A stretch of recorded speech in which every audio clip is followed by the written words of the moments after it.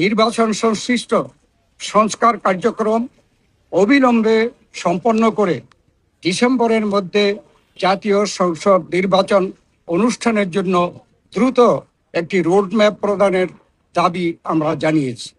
নিরাপত্তা উপদেষ্টা এবং দুইজন ছাত্র উপদেষ্টা যাদের কারণে এই সরকারের নিরপেক্ষতা ক্ষুণ্ণ হচ্ছে, তাদেরকে বাদ দেওয়ার জন্য আমরা আজকেও লিখিত বক্তব্য আমরা দিয়েছি, মুখেও বলেছি।